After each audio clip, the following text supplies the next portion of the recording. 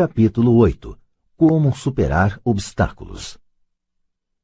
Mesmo que as pessoas tenham estudado e se alfabetizado do ponto de vista financeiro, elas ainda podem enfrentar obstáculos para se tornar financeiramente independentes. Há 5 razões principais que levam pessoas financeiramente alfabetizadas a não desenvolver uma coluna de ativos significativa que poderia render grandes montantes de fluxo de caixa. Colunas de ativos que as poderiam libertar para viver a vida sonhada em lugar de trabalhar em tempo integral apenas para pagar as contas. Essas 5 razões são: 1. Medo. 2. Ceticismo. 3. Preguiça. 4. Maus hábitos. 5. Arrogância. Razão número 1. Superar o medo de perder dinheiro. Nunca encontrei alguém que gostasse realmente de perder dinheiro. E em toda a minha vida, nunca encontrei uma pessoa rica que nunca tivesse perdido dinheiro. Mas encontrei uma porção de gente pobre que nunca perdeu um tostão investindo. O medo de perder dinheiro é real. Todo mundo tem, mesmo os ricos. Mas o problema não está no medo, está na maneira de lidar com as perdas. É a maneira de lidar com o fracasso que faz a diferença na vida da gente. E isso serve para qualquer coisa, não apenas para o dinheiro. A principal diferença entre uma pessoa rica e outra pobre está em como elas lidam com esse medo. Não há nada errado em ter medo. É aceitável ser um covarde quando se trata de dinheiro. Você ainda pode ser rico. Somos todos heróis em algumas circunstâncias e covardes em outras. Uma amiga de minha esposa é enfermeira de um pronto-socorro. Quando vê sangue, entra em ação. Quando falo em investir, ela sai correndo. Quando eu vejo sangue, não fujo, desmaio. Meu pai rico entendia as fobias relativas ao dinheiro. Algumas pessoas têm pavor de cobra. Algumas pessoas têm pavor de perder dinheiro.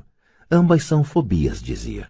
Sua solução para a fobia de perder dinheiro era um pequeno verso. Se você odeia risco e preocupação, comece cedo.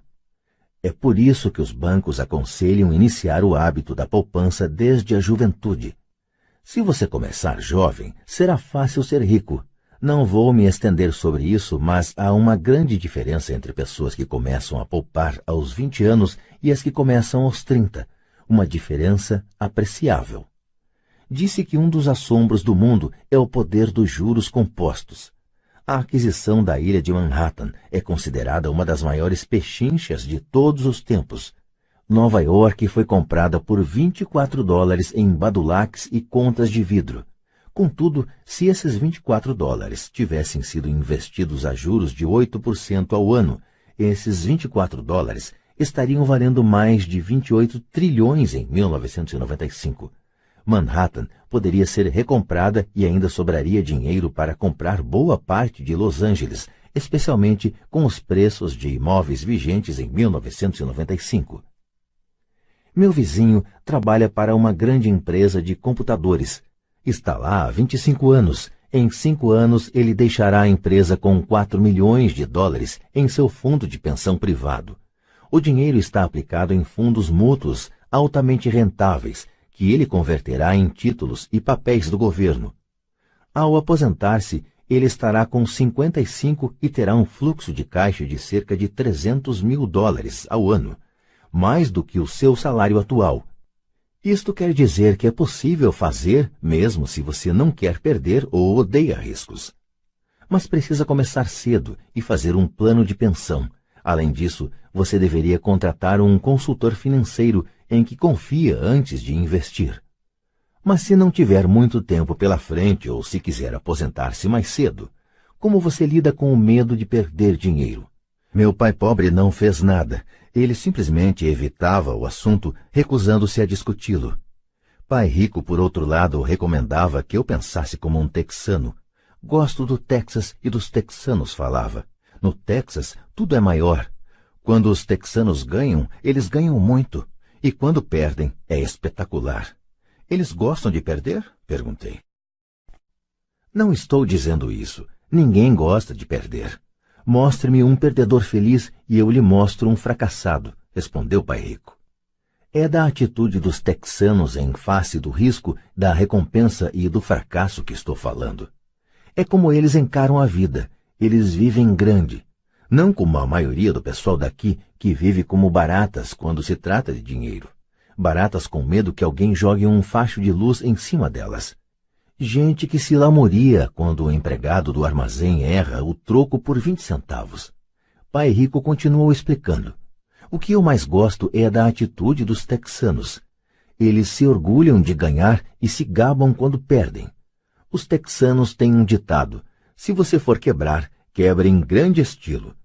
Você não vai querer admitir que quebrou por uma ninharia. A maioria das pessoas aqui tem tanto medo de perder que não tem sequer uma ninharia para perder.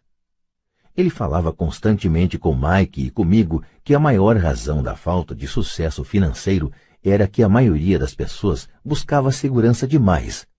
As pessoas têm tanto medo de perder que elas perdem, costumava dizer. Fran Tarkenton, que foi um grande zagueiro do futebol americano, dizia isso de outra forma. Vencer significa não ter medo de perder. Ao longo de minha vida, observei que os ganhos em geral se seguem às perdas. Antes de aprender a andar de bicicleta, levei muitas quedas. Nunca encontrei um jogador de golfe que não tivesse perdido alguma vez uma bola. Nunca encontrei alguém apaixonado que nunca tivesse tido o coração despedaçado. E nunca encontrei ninguém rico que não tivesse perdido dinheiro. A maioria das pessoas não obtém ganhos financeiros porque a dor de perder dinheiro é maior do que a alegria de ficar rico. Outro ditado do Texas é: todos querem ir para o céu, mas ninguém quer morrer. Todos sonham em ser ricos, mas têm pavor de perder dinheiro. Então nunca se chegará ao céu. Pai Rico costumava contar para Mike e para mim histórias de suas viagens ao Texas. Se você quer realmente aprender como lidar com o risco, com as perdas e com os fracassos, vá para San Antônio e visite o Álamo. O Álamo é uma grande história de gente corajosa que optou por lutar, sabendo que não havia esperança de sucesso contra a superioridade do inimigo. Eles preferiram morrer a render-se. É uma história inspiradora que merece ser estudada, contudo, não deixa de ser uma trágica derrota militar. Eles levaram um chute no traseiro, um fracasso se quiserem, perderam. Então, como é que os texanos lidam com o fracasso? Eles ainda gritam: lembre-se do Álamo. Mike e eu ouvimos esta história muitas vezes. Pai Rico sempre as repetia quando estava entrando em um grande negócio e ficava nervoso. Depois que tinha estudado tudo e era pegar ou largar, ele nos contava a história. Toda vez que sentia medo de cometer um erro ou de perder dinheiro, ele nos contava a história. Ela lhe dava força, lembrava-lhe que sempre é possível transformar uma perda financeira em um ganho financeiro. Pai Rico sabia que esse fracasso o tornaria mais forte e mais esperto. Não é que ele quisesse perder, apenas sabia quem ele era e como ele aceitaria a perda. Ele pegaria uma perda e a transformaria em um ganho. Isso é que o tornava um vencedor e os outros perdedores. A história lhe dava coragem para avançar quando outros recuavam. É por isso que gosto tanto dos texanos. Eles pegaram um grande fracasso e o transformaram em uma grande atração turística que lhes rende milhões. Provavelmente as palavras que mais significam para mim nos dias de hoje são estas. Os texanos não escondem seus fracassos, são inspirados por eles. Pegam seus fracassos e os transformam em gritos de guerra. O fracasso inspira os texanos a se tornarem vencedores. Mas isso não é apenas uma fórmula para os texanos, é uma fórmula para todos os vencedores. É como andar de bicicleta. As quedas foram parte do meu aprendizado. Lembro que elas aumentavam minha determinação de aprender. Não a diminuíam. Também disse que nunca encontrei um jogador de golfe que nunca tivesse perdido uma bola. Perder uma bola ou um torneio serve de inspiração aos jogadores de golfe para serem melhores, praticarem mais, estudarem mais. Isso é o que os aperfeiçoa. Para os vencedores, os fracassos são uma inspiração. Para os perdedores, o fracasso é uma derrota. Citando John D. Rockefeller, sempre tentei transformar cada fracasso em uma oportunidade. Sendo nipo-americano, posso falar o seguinte: Muitas pessoas dizem que Pearl Harbor foi um erro americano. Eu digo que foi um erro japonês. No filme Torá, Torá, Torá, um sombrio almirante japonês diz a seus subordinados: receio que tenhamos acordado um gigante adormecido. Lembre-se de Pearl Harbor. Tornou-se um grito de guerra. Transformou uma das maiores derrotas dos Estados Unidos em uma razão para vencer. Esta grande derrota deu força aos Estados Unidos, que logo se transformaram em uma potência mundial. O fracasso inspira os vencedores, e o fracasso derrota os perdedores. É o maior segredo dos ganhadores. É o segredo que os perdedores não conhecem. O maior segredo dos vencedores é que o fracasso inspira a vitória. Por isso eles não têm medo de perder. Repetindo Frank Tarkenton, vencer significa não ter medo de perder. Pessoas como Tarkenton não têm medo de perder porque sabem quem são. Odeiam perder de modo que sabem que o fracasso apenas as incentivará a se tornarem melhores. Há uma grande diferença entre detestar perder e ter medo de perder. A maioria das pessoas tem tanto medo de perder dinheiro que acaba perdendo. Elas quebram por uma ninharia. Financeiramente, desejam segurança demais e têm um horizonte estreito. Compram casas grandes e carros grandes, mas não fazem grandes investimentos. A principal razão que leva 90% dos americanos a ter problemas financeiros é que eles jogam para não perder, não jogam para ganhar. Eles procuram seus consultores financeiros, ou seus contadores, ou seus corretores e adquirem um portfólio equilibrado. Muitos aplicam altas somas em certificados de depósito, em títulos de baixo rendimento, em fundos mútuos e em poucas ações. É um portfólio seguro e inteligente, mas não é um portfólio vencedor. É o portfólio de quem não quer perder. Não me entenda mal, é provavelmente um portfólio melhor do que o da média da população, mas isso é apavorante. Um portfólio seguro é melhor do que nenhum portfólio. É um grande portfólio para quem adora a segurança. Mas buscar a segurança e o equilíbrio em seu portfólio de aplicações não é a forma como jogam os investidores bem-sucedidos.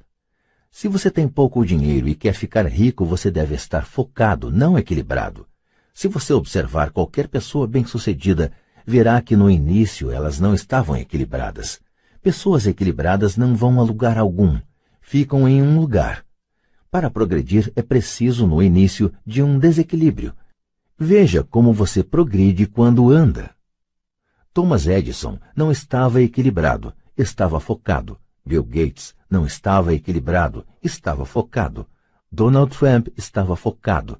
George Soros estava focado. George Patton não distribuiu seus tanques por uma área ampla. Ele os focou e arrasou os pontos fracos da linha alemã.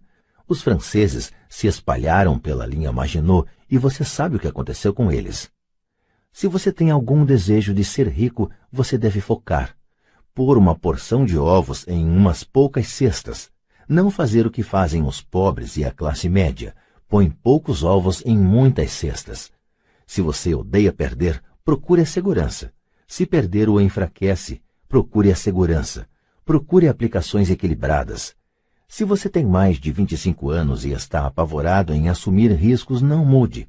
Procure a segurança, mas comece cedo. Comece a formar suas poupanças cedo, porque vai levar tempo. Mas se você tem sonhos de liberdade, a primeira coisa a perguntar-se é: qual a minha reação ante o fracasso? Se o fracasso o inspirar a ganhar, talvez você deva seguir adiante, mas só talvez. Se o fracasso o enfraquece ou o leva ao desespero, como os garotos mimados que correm ao advogado para processar alguém toda vez que as coisas não saem do seu jeito, então procure a segurança. Fique com seu emprego. Ou compre títulos ou fundos mútuos. Mas lembre que esses instrumentos financeiros também têm seus riscos, mesmo sendo mais seguros. Digo tudo isso citando os texanos e Frank Tarkenton, porque aumentar a coluna de ativos é fácil. É realmente um jogo que não exige grandes atitudes, não exige muita instrução. A matemática do primeiro grau resolve. Mas aumentar a coluna de ativos é um jogo de atitude. Exige garra, paciência e resistência ante o fracasso. Os perdedores evitam o fracasso, e o fracasso transforma perdedores em vencedores. Lembre-se do álamo. Razão número 2. Superar o ceticismo. O céu está caindo, o céu está caindo. Todos nós conhecemos a história da galinha pessimista que corria em torno do terreiro anunciando o fim do mundo. Todos conhecemos gente assim, mas todos temos uma galinha pessimista dentro de nós. Como já disse em outra ocasião, o cético é verdadeiramente uma galinha pessimista. Todos nós parecemos com a galinha pessimista quando o medo e a dúvida toldam nossos pensamentos. Todos nós temos dúvidas. Não sou inteligente, não sou tão bom assim, fulano é melhor do que eu. Nossas dúvidas muitas vezes nos paralisam. Jogamos o jogo do e se? E se a economia entrar em colapso logo depois de eu fazer o investimento? E se eu me descontrolar e não conseguir pagar as dívidas? E se as coisas não funcionarem como planejado? Ou temos amigos ou pessoas amadas que nos lembram sempre nossas falhas. Eles dizem frequentemente: o que o faz pensar que você pode fazer isso? Se fosse uma ideia tão boa, então como foi que ninguém se lembrou disso antes? Isso nunca vai dar certo. Você não sabe do que está falando. Essas palavras de dúvida muitas vezes calam tão profundamente que deixamos de agir. Um sentimento horrível aperta nosso estômago. Às vezes não conseguimos dormir. Não andamos para a frente, de modo que ficamos com a segurança e abandonamos as oportunidades. Observamos a vida passando por nós enquanto sentamos imobilizados com um frio no corpo. Todos já passamos por isso na vida, alguns mais do que outros.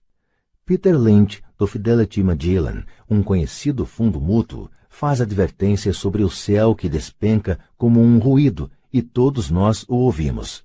O ruído pode ser criado dentro da nossa cabeça ou vir de fora, muitas vezes de amigos, familiares, colegas ou da mídia. Lynch lembra o tempo da década de 1950, em que a ameaça de uma guerra nuclear era tão comum no noticiário que as pessoas começaram a construir abrigos antinucleares e a estocar alimentos e água.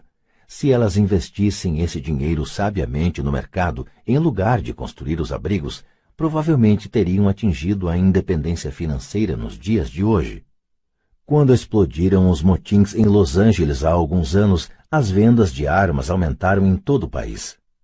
Uma pessoa morreu depois de ter ingerido um hambúrguer mal passado no estado de Washington e o Departamento de Saúde do Arizona determinou que os restaurantes preparassem somente carne bem passada. Uma empresa farmacêutica divulgou nacionalmente um anúncio de televisão mostrando pessoas gripadas. O anúncio foi divulgado em fevereiro. Os casos de gripe aumentaram, bem como as vendas do medicamento anunciado. A maioria das pessoas é pobre porque, quando se trata de investir, o mundo está cheio de pessimistas que correm gritando: o céu está caindo, o céu está caindo. E os pessimistas atingem seus objetivos porque todos somos um pouco pessimistas.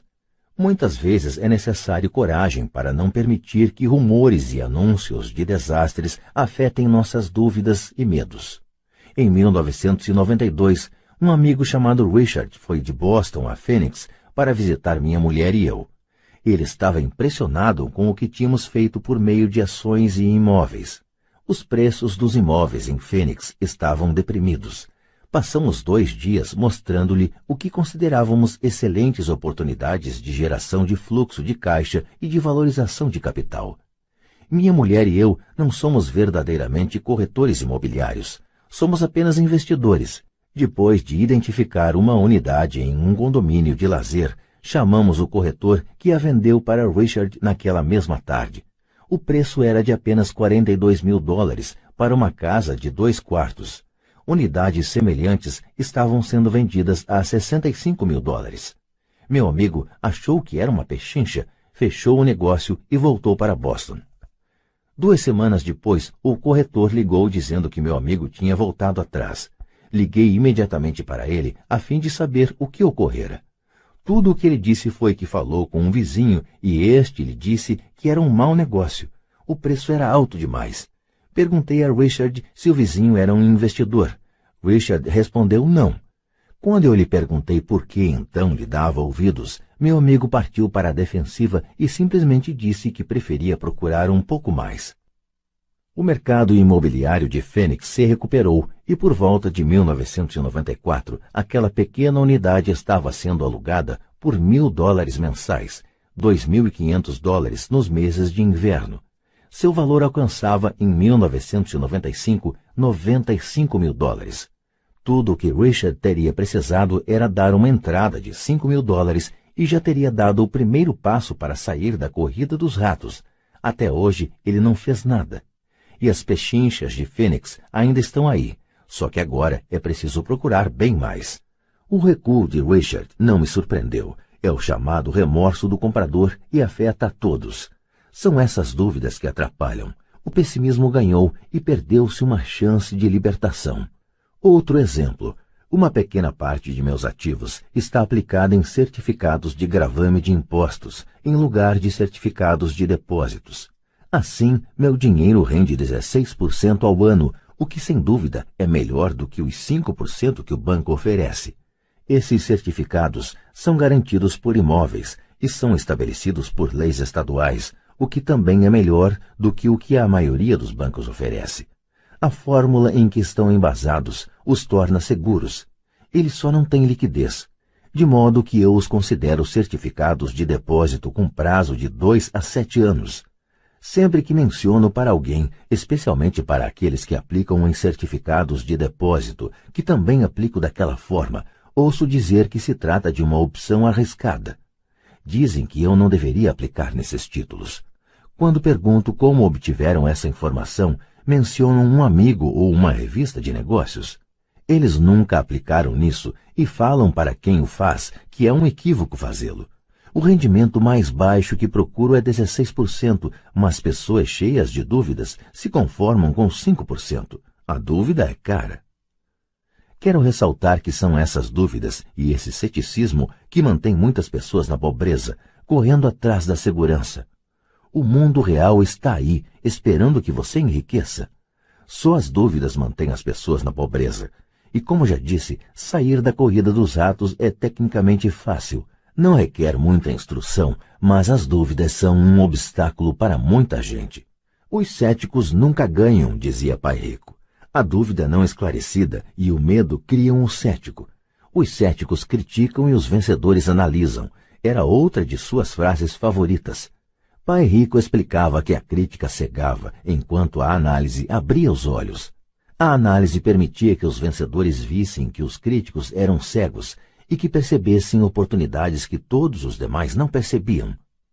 E encontrar o que os outros não veem é a chave para qualquer sucesso. Os imóveis são uma poderosa ferramenta de investimento para quem esteja em busca da independência financeira. É um instrumento único. Contudo, sempre que menciono os imóveis como uma aplicação, ouço alguém dizer: não quero consertar vasos sanitários. Isso é o que Peter Lynch chama de ruído. É o que Pai Rico chamava de conversa de cético. Alguém que critica e não analisa. Alguém que deixa que suas dúvidas e medos fechem sua mente em vez de abrir seus olhos. Quando alguém fala, não quero consertar vasos sanitários, tenho vontade de retrucar. E o que o faz pensar que eu quero? Eles estão dizendo que um vaso é mais importante do que aquilo que eles querem. Eu falo de liberação da corrida dos ratos e eles pensam em vasos sanitários. Esse é o padrão de pensamento que mantém muita gente na pobreza. Criticam em vez de analisar. A chave de seu sucesso está nos não quero, dizia Pai Rico. Eu também não estou a fim de consertar vasos sanitários. Procuro sempre um bom administrador de imóveis que conserte os vasos. E ao encontrar um bom administrador que cuide bem dos imóveis, meu fluxo de caixa aumenta. Mais importante ainda, um bom administrador de imóveis me permite comprar ainda mais imóveis, pois não preciso me preocupar com o conserto dos vasos sanitários. Um bom administrador de imóveis é a chave para o sucesso com imóveis. Achá-lo é mais importante do que o próprio imóvel. Um bom administrador muitas vezes sabe de bons negócios antes dos corretores, o que os torna ainda mais valiosos. É isso o que meu pai rico queria dizer quando falava: a chave de seu sucesso está nos não quero. Como eu também não quero consertar vasos, descobri uma forma de comprar mais imóveis e apressar minha saída da corrida dos ratos. As pessoas que continuam falando, não quero consertar vasos sanitários, muitas vezes se privam desse poderoso instrumento de investimento. Os vasos são mais importantes que sua liberdade. No mercado de ações ouço muita gente declarar: não quero perder dinheiro. Bom, o que os leva a pensar que eu ou qualquer outra pessoa gostamos de perder dinheiro? Eles não ganham dinheiro porque optam por não perder dinheiro. Em lugar de analisar, fecham suas mentes a outro poderoso meio de investimento, o mercado de ações. Em dezembro de 1996, estava passando com um amigo pelo posto de gasolina do bairro. Ele olhou e viu que o preço da gasolina estava aumentando. Meu amigo é um cara encucado, um pessimista. Para ele, o céu está sempre a ponto de cair, e em geral, cai sobre sua cabeça. Quando chegamos em casa, ele me expôs todas as estatísticas que mostravam por que o preço do petróleo deveria aumentar nos próximos anos. Estatísticas que eu nunca vira antes, mesmo quando eu já tinha um substancial bloco de ações de uma empresa petrolífera. Com essa informação em mãos, comecei a procurar e achei uma nova empresa petrolífera que estava a ponto de descobrir algumas jazidas. Meu corretor ficou entusiasmado com essa nova empresa e eu comprei 15.000 ações por 65 centavos cada uma. Em fevereiro de 1997, enquanto escrevo este livro, o mesmo amigo e eu passamos pelo mesmo posto de gasolina e, de fato, o preço do combustível subira cerca de 15%. Novamente o pessimista se preocupou e se queixou. Eu sorri porque em janeiro desse mesmo ano o preço daquelas ações da pequena empresa petrolífera já valiam $3 cada uma. E o preço da gasolina deverá continuar aumentando se o que o meu amigo diz for verdade. Em vez de analisar, os pessimistas fecham suas mentes. Se a maioria das pessoas entendesse como uma ordem de stop funciona nos investimentos em ações, haveria mais gente investindo para ganhar do que para não perder. O stop é simplesmente um comando de computador que vende automaticamente suas ações se o preço começa a cair, ajudando-o a minimizar as perdas e a maximizar alguns ganhos. É uma grande ferramenta para aqueles que têm pavor de perder. Por isso, sempre que ouço pessoas preocupadas com os não quero em vez de pensar no que querem, sei que o ruído de suas cabeças deve ser grande. O pessimista se apoderou delas e grita: o céu cai e os vasos sanitários estão enguiçando. Assim, elas evitam seus não quero, mas pagam um preço alto. Nunca conseguirão o que querem na vida. Pai Rico me mostrou uma maneira de olhar o pessimista. Faça o que fez o Coronel Sanders. Com 66 anos de idade, ele perdeu seu negócio e começou a viver da aposentadoria da Seguridade Social. Não era o suficiente. Ele começou a percorrer o país tentando vender sua receita de galinha frita. Ela foi recusada 1.009 vezes antes que alguém dissesse sim. E ele acabou se tornando um multimilionário em uma idade em que a maioria das pessoas está desistindo. Ele era um homem corajoso e tenaz, dizia Pai Rico a respeito de Harlan Sanders. Assim, quando você estiver em dúvida e um pouco receoso, faça o que o Coronel Sanders fez com sua galinha. Ele a fritou. Razão número 3. Preguiça. Pessoas ocupadas são, com frequência, preguiçosas. Todos nós conhecemos histórias do homem de negócios que trabalha arduamente para ganhar dinheiro. Ele dá duro para ser um bom provedor de sua mulher e de seus filhos. Ele passa longas horas no escritório e leva trabalho para casa nos fins de semana. Um dia, ao chegar em casa, encontra-a vazia. Sua esposa foi embora com as crianças. Ele sabia que estava tendo problemas com a esposa, mas em vez de esforçar-se em fortalecer a relação, ele se dedicou ao trabalho. Desiludido, seu desempenho no emprego declina e ele é demitido. Hoje em dia, encontro frequentemente gente muito ocupada para cuidar de sua riqueza, e há pessoas muito ocupadas para cuidar da própria saúde.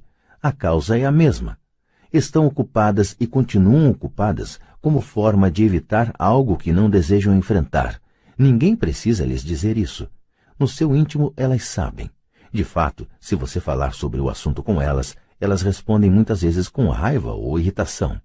Se não estão ocupadas com o trabalho ou com as crianças, muitas vezes estão ocupadas assistindo à televisão, jogando golfe ou fazendo compras. Contudo, lá no fundo sabem que estão fugindo de algo importante. Essa é a forma mais comum de preguiça. A preguiça mantendo-se ocupado. E qual é a cura para a preguiça? A resposta está em um pouco de ambição. Muitos de nós fomos educados pensando que a ambição ou a ganância é algo ruim. Pessoas gananciosas são más, dizia minha mãe. Contudo, todos nós temos o desejo de possuir coisas belas, novas ou empolgantes. Para manter essa emoção de desejo sob controle, muitas vezes os pais encontram formas de suprir esse sentimento com culpa. Você só pensa em você mesmo, não sabe que tem irmãos e irmãs? Era uma das frases favoritas da minha mãe. Ou, você quer que eu compre o que para você? Repetia meu pai. Você pensa que fabricamos dinheiro? Você pensa que o dinheiro dá em árvore? Você sabe que não somos ricos. Não eram tanto as palavras, mas o sentimento de culpa que as acompanhava, o que me deixava possesso. O reverso da criação desse sentimento de culpa era: sacrifico minha vida para lhe comprar isto. Estou comprando para você porque nunca tive coisas assim quando criança. Tenho um vizinho que está totalmente falido, mas que não consegue colocar o carro na sua garagem. A garagem está cheia de brinquedos das crianças. Esses garotos mimados têm tudo o que sonham. Não quero que saibam o que é passar necessidade, diz o pai. Ele não tem um tostão guardado para mandar os filhos para a universidade ou para ele mesmo se aposentar, mas seus filhos têm todos os brinquedos possíveis. Recentemente, recebeu pelo correio um novo cartão de crédito e levou os filhos para conhecer Las Vegas. Faço isso pelos garotos, diz com ar de grande sacrifício. Pai rico proibia que se dissesse: não dá para comprar. Na casa de minha família de verdade escutava isso a toda hora. Já pai rico queria que seus filhos dissessem: como posso comprar isso? Ele considerava que as palavras não dá para comprar fechavam o cérebro. Você não precisava pensar mais. Como posso comprar isso? Era uma forma de abrir a mente, obrigava você a pensar e buscar alternativas. Mais importante do que isso, ele considerava que não dá para comprar é uma mentira, e o espírito humano sabe disso. O espírito humano é poderoso, muito poderoso, dizia. Quando sua mente preguiçosa repete não dá para comprar, uma guerra se estabelece dentro de você. Seu espírito se enfurece e sua mente preguiçosa deve defender a mentira dita. O espírito grita: vamos, vamos para a academia fazer exercícios. E a mente preguiçosa responde: estou cansada, trabalhei muito hoje. Ou o espírito humano diz: estou cansado de ser pobre. Vamos sair daqui e enriquecer. E a mente preguiçosa fala: pessoas ricas são gananciosas. Além disso, dá muito trabalho, não é seguro. Posso perder dinheiro. Do jeito que está, já trabalho muito.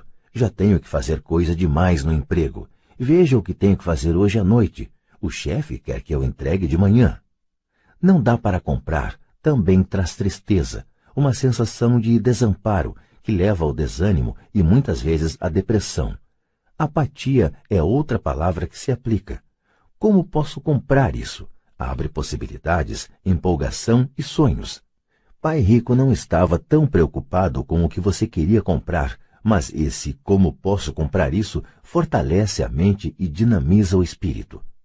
Assim, raramente ele dava alguma coisa a Mike ou a mim. Em vez disso, perguntava: como você pode comprar isso? E isso incluía a mensalidade da universidade que nós tínhamos que pagar com nosso dinheiro. Não era o objetivo, mas o processo de atingir o objetivo que desejávamos, o que ele procurava passar para nós. O problema é que hoje sinto que milhões de pessoas se sentem culpadas por sua ambição. É um condicionamento que vem da infância. Elas desejam ter melhores condições que a vida oferece. A maioria foi condicionada, entretanto, a dizer subconscientemente: você não pode ter isso, ou você não conseguirá comprar isso nunca. Quando decidi sair da corrida dos ratos, havia uma questão simples: como posso conseguir não voltar a trabalhar mais? E minha mente começou a disparar respostas e soluções. A parte mais difícil foi romper com os dogmas de minha família de verdade. Não podemos comprar isso, ou pare de pensar só em você, ou por que você não pensa nos outros? E outras expressões parecidas que se destinavam a criar culpa e suprimir minha ambição. Assim, como combater a preguiça? A resposta está em um pouco de ambição. É como diz aquela estação de rádio W2FM, o que há aí para mim? A pessoa precisa sentar e pensar, o que há aí para mim se sou saudável, sexy e tenho boa aparência? Como seria minha vida se eu nunca tivesse que voltar a trabalhar? O que seria de mim se eu tivesse todo o dinheiro de que preciso? Sem esse pouco de ambição, não há o desejo de ter algo melhor, de progredir. Vamos à escola e estudamos muito porque queremos algo melhor. Então, sempre que você se flagrar evitando algo que você sabe que deveria fazer, a única coisa a fazer é perguntar-se, o que há aí para mim? Seja um pouco ambicioso, é a melhor cura para a preguiça. Contudo, a ambição demais, como todo exagero, não é bom. Mas lembre-se do que Michael Douglas falava no filme Wall Street. A ambição é boa. Pai Rico falava de forma diferente. A culpa é pior do que a ambição, pois a culpa nos rouba a alma. E para mim, quem falou melhor foi Eleanor Roosevelt. Faça o que seu coração acha certo. De qualquer forma, você será criticado. Você estará perdido se fizer e perdido se não fizer. Razão número 4. Maus hábitos. Nossas vidas são mais um reflexo de nossos hábitos do que de nossa educação. Depois de ver o filme Conan, protagonizado por Arnold Schwarzenegger, um amigo falou: adoraria ter o corpo de Schwarzenegger. Vários caras concordaram. Ouvi dizer que antes ele era magro e fraco, acrescentou outro amigo. Também já ouvi isso, acrescentou outro. Dizem que ele malha todos os dias na academia. Aposto que sim. O quê? Exclamou o cínico do grupo. Aposto que é assim de nascença. Vamos mudar de assunto e tomar umas cervejas. Este é um exemplo de comportamento controlado pelos hábitos. Lembro-me de fazer perguntas a Pai Rico sobre os hábitos dos ricos. Em vez de dar uma resposta direta, ele tentou ensinar pelo exemplo como costumava fazer. Quando seu pai paga as contas dele? Perguntou Pai Rico. No início do mês, respondi. E sobra alguma coisa? Prosseguiu Pai Rico. Pouco, disse eu. É por isso que ele tem dificuldades, falou Pai Rico. Ele tem maus hábitos. Seu pai paga primeiro todos os outros. Ele paga a si mesmo por último, mas só se sobrar alguma coisa. O que em geral não acontece, comentei. Mas ele tem que pagar as contas, não tem? O senhor está dizendo que ele não deveria pagar as contas? Claro que não, disse Pai Rico. Acredito firmemente em pagar minhas contas no prazo. Só que eu pago a mim mesmo em primeiro lugar, mesmo antes de pagar ao governo. Mas o que acontece se o senhor não tiver dinheiro que chegue? Retruquei. O que o senhor faz então? A mesma coisa, prosseguiu Pai Rico. Primeiro pago a mim mesmo, mesmo se tiver pouco dinheiro. Minha coluna de ativos é muito mais importante para mim do que o governo. Mas, continuei, eles não vão atrás do senhor? Sim, se você não pagar, disse Pai Rico. Olhe, não estou falando para não pagar. Só que eu pago a mim mesmo primeiro, mesmo quando tenho pouco dinheiro. Mas como é que o senhor consegue isso? Disse eu. A questão não é como, a questão é por quê, replicou Pai Rico. Ok, por quê? Motivação, falou Pai Rico. Quem reclamará mais se eu não pagar, eu ou meus credores? Sem dúvida os credores gritarão mais alto, respondi a pergunta óbvia. O senhor não faria nada se pagasse a si próprio. Está vendo, depois de pagar a mim mesmo, a pressão para pagar meus impostos e os demais credores é tão grande que me obriga a buscar outras formas de renda. A pressão para pagar se torna uma motivação. Já tive empregos extras, comecei outros empreendimentos, negociei na bolsa, qualquer coisa para ter certeza de que esses caras não ficassem gritando comigo. Essa pressão me fez trabalhar mais, me obrigou a pensar, e tudo isso me tornou mais esperto e mais ativo no que se refere a dinheiro. Se eu deixasse para me pagar no final, não teria sentido as pressões e estaria quebrado. Quer dizer que é o medo do governo ou de outras pessoas a quem deve dinheiro que o motiva? Certo, disse Pai Rico. Você vê, o pessoal do governo é forte, os demais credores também. A maioria das pessoas se rende a esses tiranos, elas pagam a eles e nunca se pagam a si próprias. Você conhece a história do fracote a quem atiram areia na cara? Abanei a cabeça afirmativamente. Já vi esse anúncio de aulas de fisiculturismo nos gibis muitas vezes. Bem, grande parte das pessoas deixa que os fortes lhes joguem areia na cara. Eu decidi usar o medo do tirano para me tornar mais forte. Outros ficam mais fracos. Ao me forçar a pensar em como ter mais dinheiro, estou fazendo como quem vai malhar na academia. Quanto mais trabalho os músculos de minha mente, mais forte me torno. Agora não tenho medo desse pessoal. Gostei do que Pai Rico estava falando. Então, se eu pagar a mim mesmo primeiro, ficarei mais forte financeiramente, mental e fisicamente. Pai Rico concordou. E se eu me pagar por último ou deixar de me pagar, fico mais fraco. Chefes, administradores, credores e locadores ficarão me perturbando a vida inteira, só porque não tenho bons hábitos quanto ao dinheiro. Igualzinho ao fracote do anúncio, disse Pai Rico. Razão número 5. A arrogância é ego mais ignorância. O que eu sei me faz ganhar dinheiro. O que eu não sei me faz perder dinheiro. Toda vez que fui arrogante, perdi dinheiro, porque quando sou arrogante acredito mesmo que o que não sei não é importante, repetia frequentemente Pai Rico. Descobri que muita gente usa a arrogância para tentar esconder a própria ignorância. Isso costuma acontecer quando discuto demonstrações financeiras com contadores ou até com outros investidores. Eles tentam forçar caminho na discussão. Para mim fica claro que não sabem do que estão falando. Não estão mentindo, mas também não estão falando a verdade. Há muita gente no mundo do dinheiro, das finanças e do investimento que não tem nenhuma ideia do que está falando. A maioria das pessoas do setor fica fazendo proposições de venda vazias, como as de um vendedor de carros usados. Quando você for ignorante a respeito de um assunto, comece a instruir-se achando um especialista ou um livro sobre o tema.